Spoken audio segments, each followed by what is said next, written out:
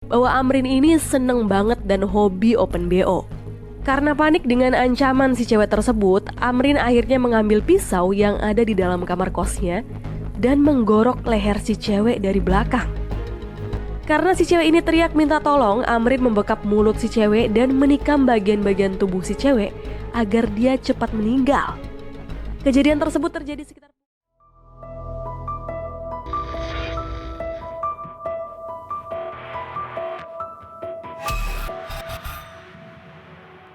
Pemirsa, lagi-lagi terjadi kasus pembunuhan dengan modus mayatnya dimasukkan ke dalam koper. Telah wanita yang jasadnya ditemukan dalam koper wilayah Cikarang Barat.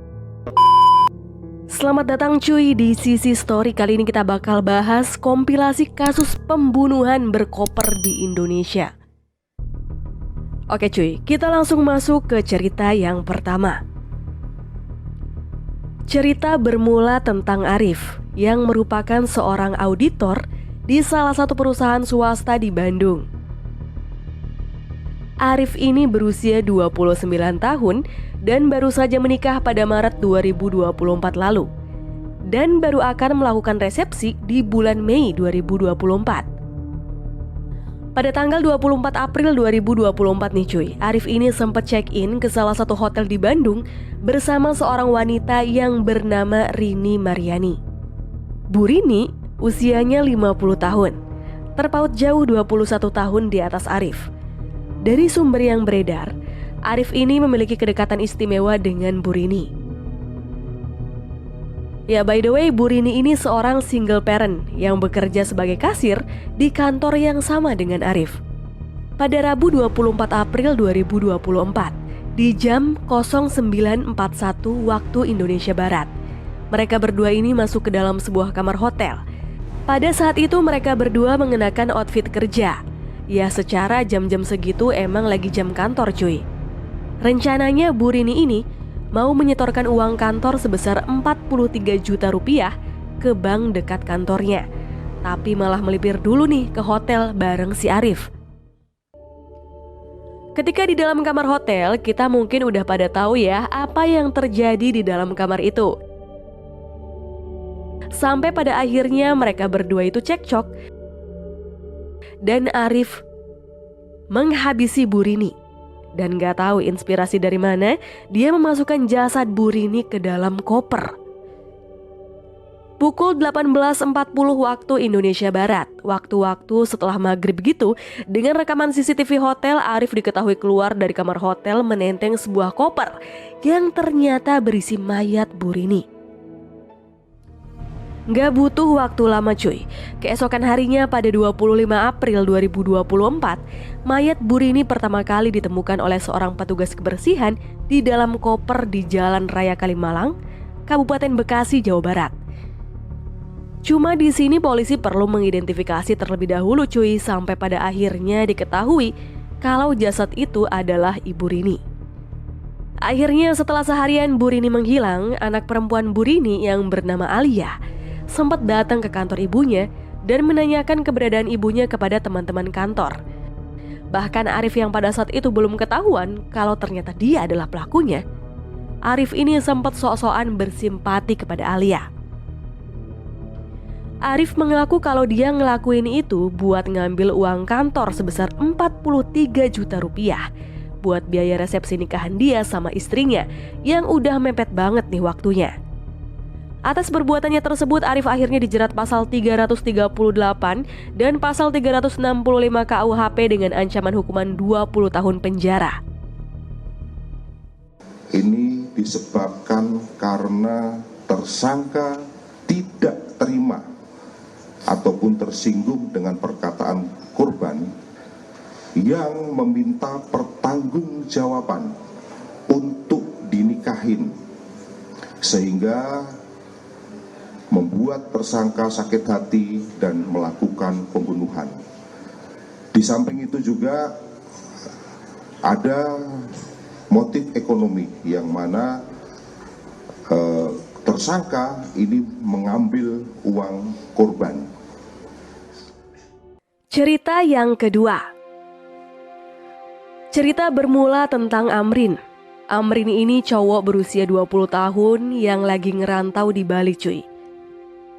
Amrin yang berasal dari Tapanuli Selatan, Sumatera Utara itu menjajal peruntungannya dengan bekerja sebagai karyawan toko di swalayan. Di kesehariannya, Amrin juga dikenal sebagai pribadi yang baik. Selama tinggal dan bekerja di Bali, Amrin tinggal di sebuah kos-kosan yang beralamat di Jalan Bhinneka Jati Jaya, Kuta, Bali. Sampai pada Jumat 3 Mei 2024, Amrin ini untuk mengisi waktu luangnya, dia melakukan open BO di sebuah aplikasi hijau. Ketemulah Amrin ini dengan seorang cewek aplikasi hijau yang bernama Rianti Agnesia. Amrin udah tektokan dan sepakat nih dengan si cewek ini untuk bertemu di kos Amrin. Ketika si cewek nyampe kosnya, selayaknya seorang PSK ya, dia memberikan servisnya gitu kepada Amrin. Ketika selesai, Amrin memberikan tarif sesuai kesepakatan di aplikasi, yaitu Rp500.000 kepada Rianti. Tapi si cewek open BO ini meminta Amrin untuk membayar lebih sehingga totalnya menjadi Rp1.000.000. Kalau nggak disanggupin, si cewek ini ngancem bakal manggil pacar dan teman-temannya Amrin buat datang ke kos tersebut dengan tujuan memperlakukan Amrin. Untuk ngasih tahu gitu ke teman-teman dan pacarnya Amrin bahwa Amrin ini seneng banget dan hobi open BO. Karena panik dengan ancaman si cewek tersebut, Amrin akhirnya mengambil pisau yang ada di dalam kamar kosnya dan menggorok leher si cewek dari belakang. Karena si cewek ini teriak minta tolong, Amrin membekap mulut si cewek dan menikam bagian-bagian tubuh si cewek agar dia cepat meninggal. Kejadian tersebut terjadi sekitar pukul 3 pagi waktu setempat. Salah satu penghuni kos yang menjadi saksi yang bernama Putu Agus Arya sempat mendengar suara teriakan cewek gitu dari arah kamar kos Amrin di jam 2.30. Lalu disusul suara benda jatuh di jam 3 paginya. Amrin yang selesai dengan aksinya menghabisi si cewek, panik dan memasukkan jasad si cewek tersebut ke dalam koper. Cuma karena kopernya nggak muat, Amrin sempat mematahkan leher si cewek biar bisa fit in gitu sama kopernya. Ketika berhasil masuk ke dalam koper, Amrin turun tangga karena emang kamar dia itu letaknya di lantai 2 cuy.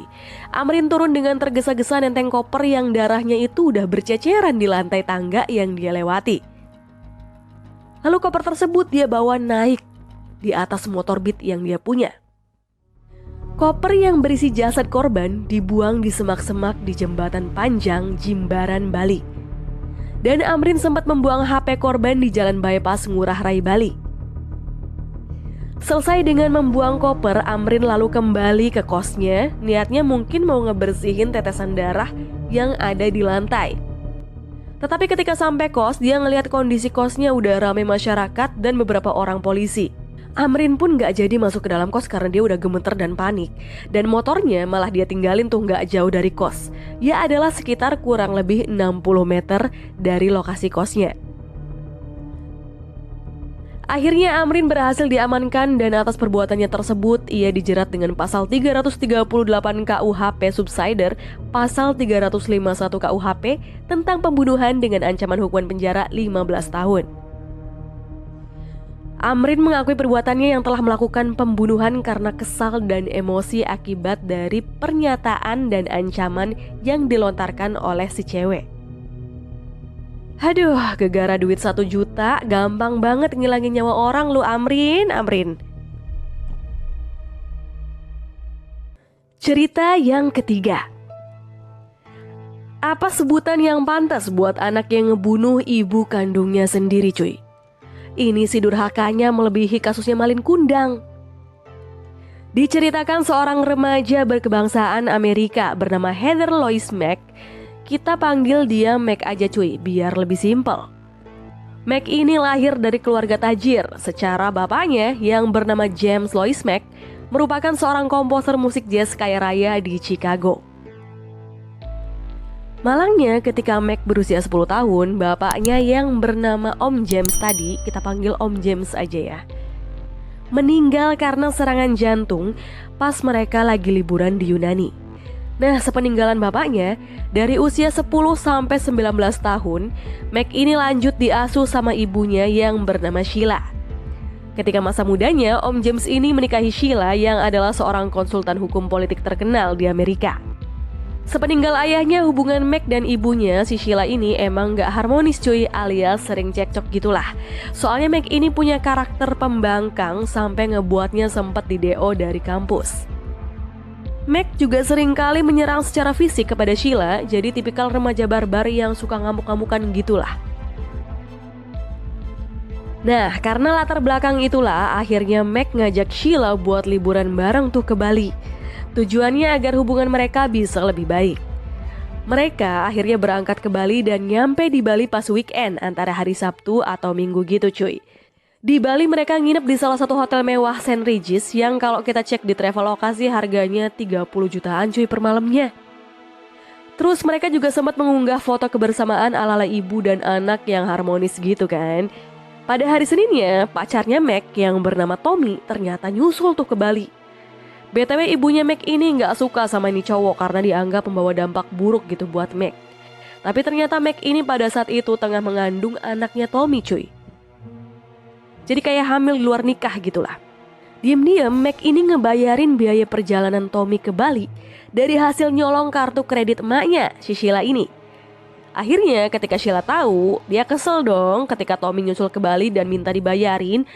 Akhirnya Sheila geram melontarkan sindiran-sindiran rasis ke Tommy yang ngatain kalau si Tommy ini anak orang miskin lah, item lah, dan hinaan-hinaan lainnya yang bikin Tommy tersinggung. Peristiwa mengerikan ini terjadi pada 12 Agustus 2014 di sebuah kamar hotel di St. Regis, Nusa Dua, Bali.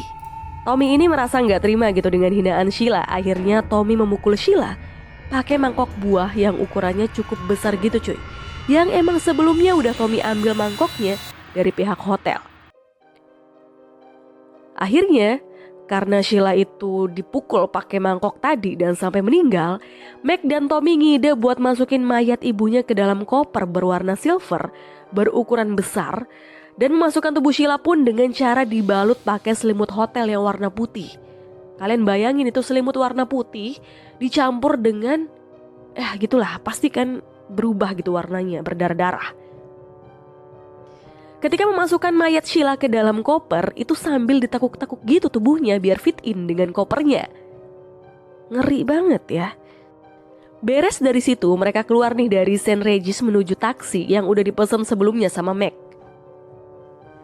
Koper yang berisi mayat Sheila juga dimasukkan ke dalam bagasi taksi. Tapi cerobohnya, koper yang berisi mayat Sheila itu malah mereka tinggalin gitu aja gitu di dalam bagasi taksi, sedangkan mereka masuk lagi ke dalam hotel dan lanjut liburan. Akhirnya, sopir taksi ngebawa koper itu ke kantor polisi untuk dilaporkan sebagai barang yang hilang karena Mac sama Tommy itu nggak balik-balik lagi gitu dari dalam hotel. Akhirnya, Mac dihukum penjara selama 10 tahun dan Tommy selaku orang yang ngebunuh pakai tangannya sendiri dikenai hukuman 18 tahun penjara. Mereka berkomplot menghabisi Sheila karena tergiur sama warisan senilai 1,5 juta US dollar. Atau kalau dirupiahkan itu setara 23 miliar rupiah. Ini kalau dibaca sih ya, Mac ini manipulator ulung cuy. Jadi dia manfaatin Tommy buat ngelakuin aksinya, sehingga hukuman Mac jadi lebih rendah dibanding si Tommy. Terus pasti Mac juga sempat riset dong di mana dia harus ngelakuin aksinya biar dapat hukuman yang gak terlalu berat. Kalau dia ngelakuin aksinya di Amerika, dia bisa dipenjara seumur hidup loh cuy. So kira-kira kenapa sih Mac ini milih ngelakuin aksinya di Indonesia? Coba komen. Selama di dalam penjara pun Mac ini banyak ngerepotin polisi cuy. Mac ini kan ngelahirin anak juga tuh di dalam penjara. Karena pas kejadian dia kan lagi hamil gitu ya. Ketika di penjara Mac ini nyebat, party di dalam penjara, terus pacaran sesama jenis dengan teman-teman cewek di dalam selnya. Itu semua dia lakuin di depan anaknya sendiri yang masih bayi. Tapi pada Oktober 2021, Mac ini udah bebas dan bersama anak perempuan hasil hubungannya sama Tommy yang bernama Stella sudah dideportasi ke negaranya cuy.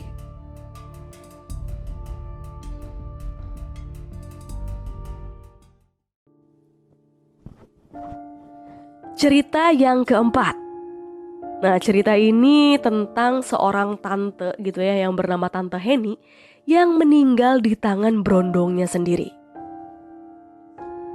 Jadi cuy, cerita bermula dari seorang sosialita bernama Tante Henny yang pada tanggal 30 Oktober 2013 sekitar jam 12 siang. nelpon pacarnya tuh yang bernama Tommy. Nah, Tommy tadi pacarnya itu diminta oleh Tante Heni untuk datang ke kos-kosan elitnya yang berada di lantai 2 kamar nomor 16 yang beralamat di Jalan MPR Raya nomor 22 Cilandak, Jakarta Selatan. Tante Heni ini terkenal sebagai seorang sosialita berumur 77 tahun yang punya bisnis jual beli batu permata gitu cuy. Bentar, agak bingung ini, umur 77 tapi masih dipanggil tante. Ah, sudahlah. Selang beberapa saat menelpon, akhirnya Tommy yang profesinya sebagai seorang terapis ini tibalah di kos Tante Heni. Karena kos-kosannya itu terbilang ketat dengan nggak mengizinkan yang bukan suami istri untuk tinggal satu kamar, akhirnya Tante Heni mengaku kepada pemilik dan para penghuni kos lainnya bahwa Tommy ini adalah anaknya.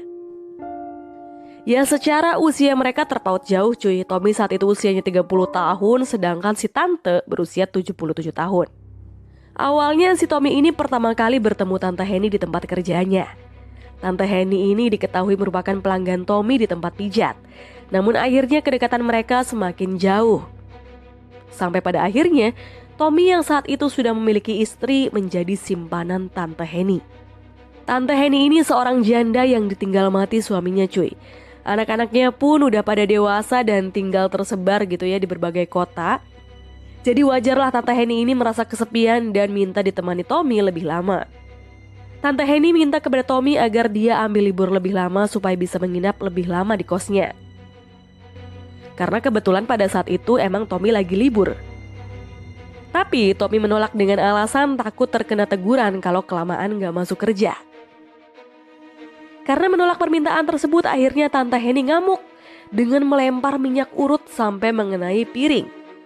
Tommy spontan kesal dan lari ke dapur mengambil pisau dan melempar pisau tersebut, tapi nggak kena karena Tante Heni berhasil menghindar. Namun justru pisau itu malah berbalik nusuk dada kiri si Tommy.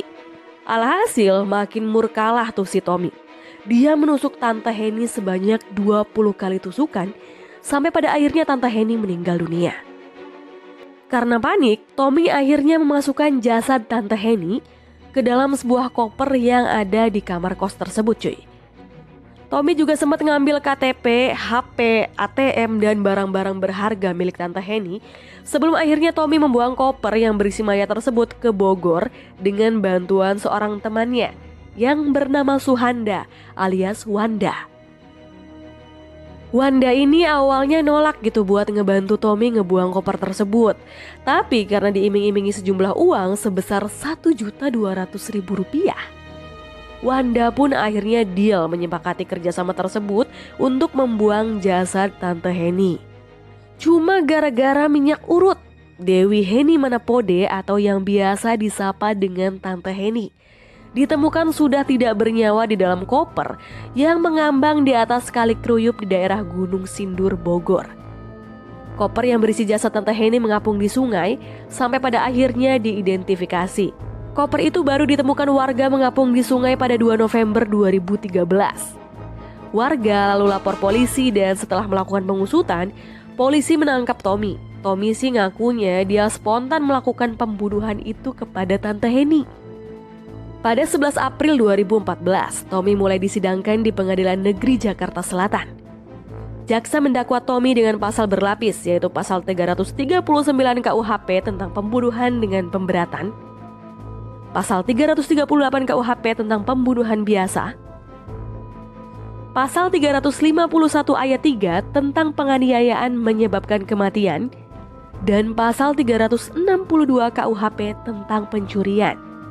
Hukuman maksimal yaitu penjara seumur hidup. Ini si Tommy lagi aja nih cuy. Tadi Tommy pacarnya Meg, ini Tommy juga berondongnya tante. Emang red flag kali ya? Iya, itu dia cuy, kompilasi kasus pembunuhan berkoper yang pernah terjadi di bumi Nusantara. Kalau dilihat dari motifnya sih ya, kebanyakan karena UUD. Ujung-ujungnya perkara duit. Buat kalian dimanapun berada, tetap hati-hati, jaga lisan, jaga perilaku. Semoga dihindari dari segala berbahaya ya cuy. Yuk subscribe dulu ah. Dadah.